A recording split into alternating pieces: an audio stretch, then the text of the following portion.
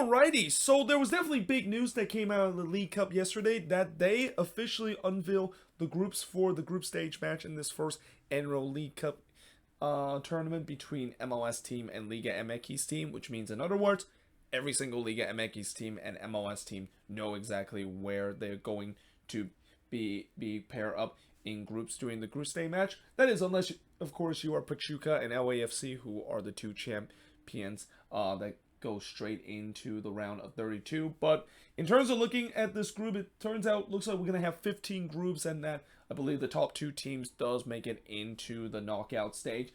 And I know that when you also look at these groups, they try their best in terms of categorizing each of these group by geographics, and mostly for MLS team, because this tournament is taking place in US and in Canada. But even then, there were definitely some weird kind of matchup that, in terms of geographic, kind of doesn't make sense, even if the way that they name the groups is basically based on geographics and not like what we see in the World Cup or even in the Champions League, that they go by alphabetical orders. But nevertheless, today we're going to take a look at these group, and that, I know every time when we do one of these videos, we always talk about what exactly is the group of death, and it's kind of hard to say, because again, when you look at how many group we have, there's definitely some that you can say that could be a group of death. But we start off in the West, and in West number 1 we got Tigres, Portland Timbers, and the San Jose Earthquakes. And for the Quakes, that is probably the worst group that they can be paired up with. And I had a feeling that they were going to be paired up with a relatively tough group, because the Quakes, because they're in that West region and because they're surrounded by teams that are very good in their region, they're always going to get a tough group. And this is kind of the same case going back to the MLS's back tournament, where they were also being paired up in a very tough group. Well, that is until FC Dallas, of course, was no longer in their group, and that they were replaced by the Chicago Fire. But even then, that we knew that they were going to be in a tough group. But I didn't expect the fact that they were going to get Tigres in the group too. And getting Tigres in your group is probably one of the worst teams you can get if you're an MLS team in the group, because we know Tigres are basically our MLS killer when we see doing the days of CCL. So yeah, I won't be surprised for the Quakes. They might not get anything out of it, and this is why, for some teams, when they look at these groups, I mean, I guess maybe teams can make the decision of whether they should take it serious or not. And I feel like in the case of the Quakes, because of the fact that most likely they're probably not going to do very well in this, might as well just kind of play for the kids in this one. Now, for the Portland Timbers, I wonder if that's going to be the same case too. I mean, I think they would definitely have some more aspiration, considered they have had some CCL experience and they want to go deep in this tournament too. But there's no doubt that I think Tigres is going to be heavy favorites in this group, and in general, they're definitely going to be one of the heavy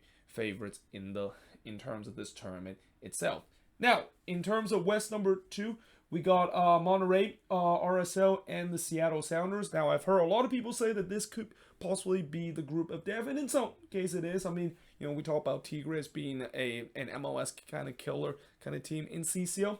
Is the same with Rayados. I mean, I'm pretty sure I've seen a lot of games where when MLS team play against Rayados, especially down in Monterrey, they tends to always struggle, and that this is going to be a tall task, especially for the Seattle Sounders and also the defending CCL champion. But one thing about the Sounders is that they now know how to, of course, beat some of these Liga MX shines, so that they definitely will have some experience in terms of that. And the same goes for RSL, who, I know they haven't been in CCL a lot, but you got to remember, RSL was one of those teams that did make it all the way to CCL finals. So yeah, this could be an interesting group, and that, again, this could be a group that could be a group of death. I mean, I think Rayados is going to be probably heavy favorites in this one, but between RSL and the Seattle Sounders, and whoever gets that second spot, it's very tough to call which MLS team is going to get there, because on theory you would think that the Sounders should be able to move on. But one thing about RSL, and know that when you look at some of the matchup that they play, especially last year, RSL can be a tough team to play, and it's not a favorable team for the Sounders to face against. Now, when you look at West number 3, we got the LA Galaxy, Club Leon, and the Vancouver Whitecaps. Now, obviously, when you look at all these teams, somebody say the Whitecaps might be the weakest team out of it, and that, I know some people will say Club Leon might be the favorites, but again, Club Leon, they're always a team that tends to have problems in terms of playing in CCL, and especially facing against MLS team. I mean, we haven't forgot the fact that they got eliminated by a very short-handed TFC team a couple of years in CCL. So, there could be a chance that both of these MLS teams can knock them out. I mean, the Galaxy definitely, could be a tournament that they can be used to solidify that, yeah, they're definitely back to the greatness of the Galaxy team of the past. And the Vancouver Whitecaps, Vanny he's definitely going to be heavily focused on this tournament, knowing that, after last year they were able to win something in a tournament, in the Canadian Championship. He's probably going to hoping that this, of course, is going to be the same case where they're going to do well in this tournament and move on. But yeah, don't be surprised that, as much as some people say that out of all these Liga MX teams, some of the best Liga MX team, and Club Leon is definitely one of those ones. They're probably going to easily move on, but I don't know about that. I mean, I won't be surprised Club Leon might not make it because of the fact that they've always struggled whenever they play in these kind of international kind of competition, and especially against MLS team. Now, looking at the Central, we got Club America, Columbus Crew, and St. Louis City SC. So, yeah, I talked about earlier about the Quakes probably be the one team that easily, I think, that could not get a lot of points out of the tournament, and maybe they might even not take too serious about this tournament. I would say the same case about St. Louis City SC. Like, that is a really tough draw for an expansion team to get into. But I will say that between Club America and the Columbus Crew, that's going to be a very interesting battle. I think out of this group, Club America, we know about Club America. They are a Mexican giant. They are considered one of the best team in Liga MX, and a team that definitely won't have aspiration of winning this tournament itself. But don't forget about the Columbus Crew. I mean, I said it before in my Moving Forward series episode. I think now getting Wilfred Nancy as their head coach is single-handedly probably the best acquisition that I've seen a team made that is not a player. I mean, I think that's going to change a lot in a way where they're going to be a much better team, a much more dangerous team going forward, and that, yeah, it's going to be interesting to see how this group is. But one thing I will say is that, yeah, St. Louis is probably going to be out of luck with the way that I think both Club America and Columbus might be the one that could move on to the next round. Then you got Central 2. We got Puebla, Minnesota United, and the Chicago Fire. And this definitely is a kind draw for the Loons. I mean, I think there is definitely a chance that the Loons can beat the Fire. I mean, they did show that last season too. And Puebla is a team that they're okay in Liga MX, but they're not considered one of the more powerhouse, and especially from what I heard last season, they were kind of like the Nashville SC of Liga MX, a team that tends to draw so many games, but they just weren't able to get a lot of victory, and hence that's why they were down in the standings. So yeah, overall, I think in terms of one of my other team got the hard luck in terms of drawing in a tough group. At least for Minnesota, I think they got drawn a relatively easy group, and I think they're probably going to be the one that I think could be the favorites of moving on or finishing top spot out of that group.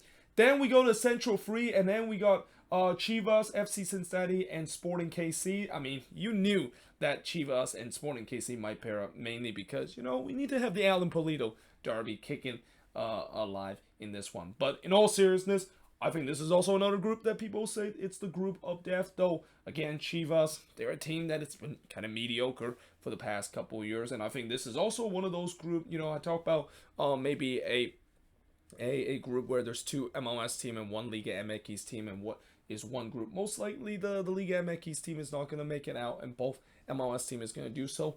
This is definitely one of those, because we know the quality that FC Cincinnati can generate, and we know what the Sporting KC can do, especially what happened in the latter part of last season. Now that, of course, is if Peter Vermes actually take this competition seriously, because one thing about Peter Vermes is that he kind of don't really take some of these irrelevant kind of competition seriously, and we kind of saw that. Saw that a couple of times, though. Last year they really took the U.S. Open Cup seriously, which is something that they have taken that seriously at times, which is why they won it so many times. Won it 4 times, but also there's been times where they just simply don't care. And the same goes for the League Cup a couple of years back when they were also involved, where they just didn't really care whatsoever, and they got absolutely steamrolled in that game. I think was it I forgot which Liga MX team it was. I think it was Club Leon, the one that they just got absolutely steamrolled because they just simply didn't care about this competition. So it's gonna be interesting to see how that is gonna go. And also, I talked about the Alan Pulido derby. Oh boy, I'll tell you what, if FC Cincinnati actually sold Brandon Vasquez to Chivas, oh boy, that's gonna be a very, very interesting kind of game when Cincinnati and Chivas is gonna face off against each other. But at the end of the day, that seems like it was not to be. But man, what a storyline that, of course, would have been. Now, when you look at Central 4, we got Nashville, Toluca, and the Colorado Rapids in terms of being in the 4th group in the Central. And again, I haven't talked about a lot about geographics, and that, again, it's kind of weird that Cincinnati and Kansas City is in the same, because they're opposite conference. I guess maybe regionally wise, they're pretty close. But this one is kind of weird with the way that Colorado, being in the mountain time zone in the west, and Nashville basically in the southeast, and they basically call themselves Central 4. Like, I feel like for Nashville, they should be in the south instead of being the central. But whatever. In this case, they're of course going to be playing Toluca and the Colorado Rapids. Now, Toluca is one of those teams that is definitely one of the better Liga MX team in recent years. So yeah, this is not going to be easy for MLS team to face. But this could also be a wild card group where I feel like if Toluca is going to move on, it's going to be interesting to see which one between Nashville and Colorado is going to move on, especially, again, both of them, if they are going to start their strongest team. Or I would say Nashville is slightly better than the Rapids, but don't count out in terms of Robin Fraser and the fact that they definitely want to make amends of what happened last year in CCL and the embarrassment that they of course suffered in the hands of a Guatemalan team. Now, looking at the southern region, in South 1, we got Austin FC, Mazatlan, and FC Juarez, and I think this is one of the few group that will feature 2 Liga MX team and only 1 MLS team. And in this case, yeah, Austin FC is definitely the strongest team out of this group. I mean, Mazatlan, a team that was an expansion team that has not really done so well in Liga MX, and the same goes with FC Juarez. So yeah, I think Los Verde is definitely going to be the heavy favorites in this one. But yeah, it's going to be interesting to see who, of course, would finish second in this group. And that, again, just like how Austin got, I think, a relatively easy kind of matchup in CCL, they're probably lucky the fact that they also got relatively easy group in League Cup too.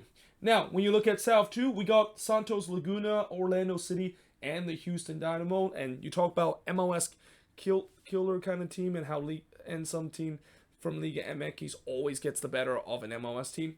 Santos Laguna is one of those one. Like, I swear, it feels like with them being in CCL a lot recently, they always find a way to beat a MLS team, and that that's going to be something that, unfortunately for Orlando City, they're going to have to suffer again. And again, for Orlando, it's got to be tough luck, the fact that they got probably the toughest draw out of any MLS team in CCL, and now the fact that they of course draw another team that is relatively tough to beat if you're an MLS team, consider the recent history. Yeah, that's going to be really tough. And especially, they're also facing against the Dynamo, who, again, Houston, this year, they have made some very underrated signing, and they're starting to not just going through this kind of rebuild situation, but kind of started fitting the pieces where they can definitely do something well, whether in the regular season or in this tournament itself. So yeah, this is definitely a group that could be tough to call. I mean, if the story rang true, where Santos always gets a way to beat MLS team like they've done so many times in the past. I think they could top the group, but then between Orlando and Houston, I don't think there's going to be a lot that separate them.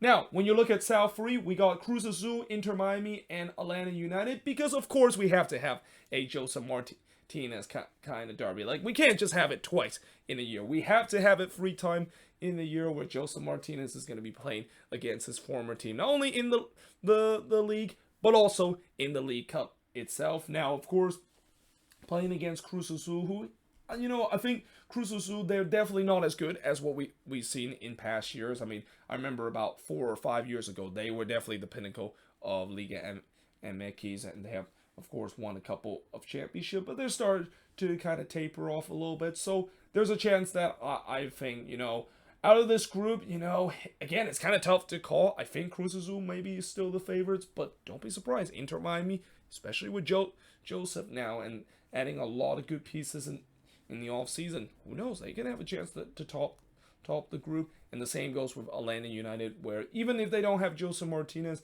they still have a lot of good pieces on their teams too. So this should be an interesting group to, of course, watch out for. Now, in South 4, we got FC Dallas, Necaxa, and Charlotte FC. Now, this is another group that I will say that, if out of these groups that have 2 MLS team and 1 Liga MX team, and what is probably the most likely group that a Liga MX team might not make it out, it's going to be this one, because Necaxa has always been the laughing stock of Liga MX for the past couple of years, and that, FC Dallas, they are definitely a really good team, as we've seen last season. And same goes with Charlotte FC, trying to maybe have something similar to what Austin FC had in the second year and make that huge jump. So there could be a chance that I think in this group, both MLS team is going to move on, and the Liga MX team is going to be the odd one out. Now, moving to East number 1, we start with the Philadelphia Union, Tijuana, and Querétaro. Now, I talked about earlier, Austin FC probably getting one of the most favorable draw for an MLS team in a group. I would double down by saying that the Union might have just got the easier one, because Cholos, they're not really that good for the past couple years, and Querétaro, we know what happened with that infamous game against Atlas, and basically them being bottom feeder and still suffering from the sanction of that infamous game. And that, yeah, I think for the Union, this should be relatively easy, and they should be able to finish the group as the top spot, especially, not to mention, they also have some CCL experience and have experience playing against Liga MX team. Don't be surprised, they could be a team that easily finish at top.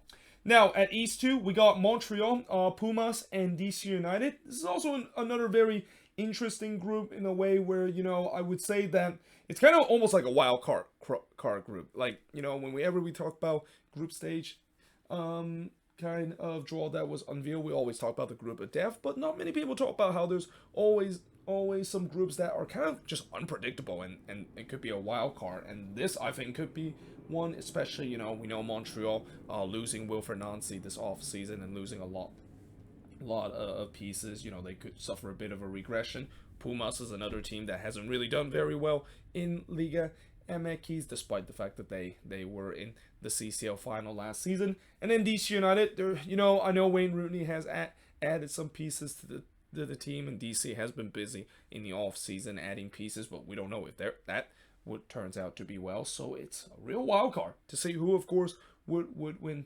this group. Now, moving into the next one, we got NYCFC, Atlas, and Toronto FC. Now, obviously, Atlas, we know that a couple of years ago they won the Liga MX title twice, both in the Clausura and the Apertura. But yeah, ever since that kind of success, they've been kind of going through a downhill trend. But also, what's a very interesting narrative about this, get a rematch of the Campeones Cup from last season. So last season we saw NYCFC getting the better of Atlas in the Campeones Cup. Get a rematch and see exactly whether or not if NYCFC can do it again. And especially getting an NYCFC versus Toronto FC kind of matchup can always be interesting to see. I remember a couple of years when both of these teams were considered to be the top powers in the Eastern Conference. Those are some of the most mouth-watering match that we have seen in the league, and I think that could be again the case in this League Cup too. But yeah, obviously I think the biggest storyline coming out of this will be the fact that, yeah, we're going to have a rematch of a Confidence Cup matchup between NYCFC and Atlas. And then finally, in terms of East number 4, we got the New York Red Bulls, Atlético San Luis, and the New England Revolution. And again, out of some of these groups that feature only one Liga MX team and 2 MLS team that could potentially have both MLS team move on, this could be one of those group. You know, Atlético San Luis ain't really considered to be a powerhouse in Liga MX.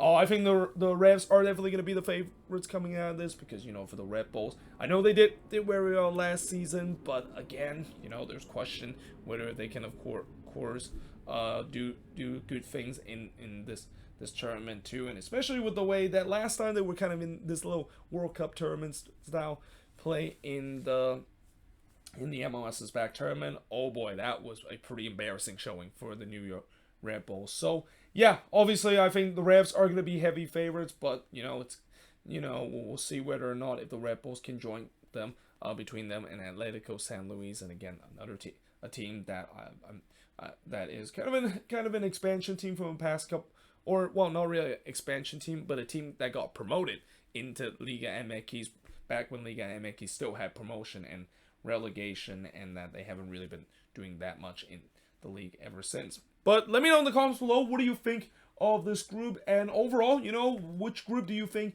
is the easiest for MLS team to move on into the next round, or for both MLS team to move on to the next round? Which team probably have the easiest draw out of the group? Which team probably had the hardest out of this draw? And most importantly, let me know in the comments below what you think, or which group you think is the group of death, and which group you think is probably the wild card group, and the group that it is very unpredictable to see. But until then, hope you guys enjoyed this video. If you do, make sure you guys do like, smash the subscribe button, and yeah, I of course will see you guys next time.